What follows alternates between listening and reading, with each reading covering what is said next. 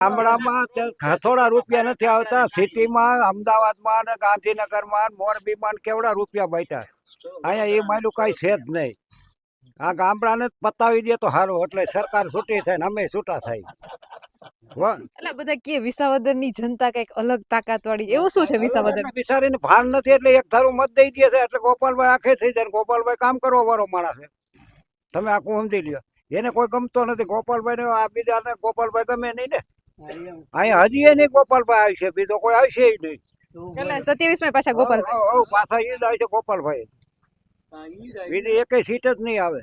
હા, થોડું કામ ન થાય તો કાંઈ નહીં, અમે કામીને 200 રૂપિયાનું ઘઉં વેચીએ, 1700 ડીએપી લઈ, 2000 નું 12 32 16 આવે એ લઈએ છે. ક્યાં જવું છે, શું કરવાનું? હા બેન, આ પેટે બળતા બોલવું પડે છે, ઘરમાં બાટલોય નથી.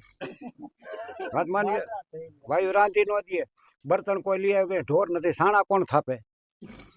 આવી પરિસ્થિતિ છે ગામ.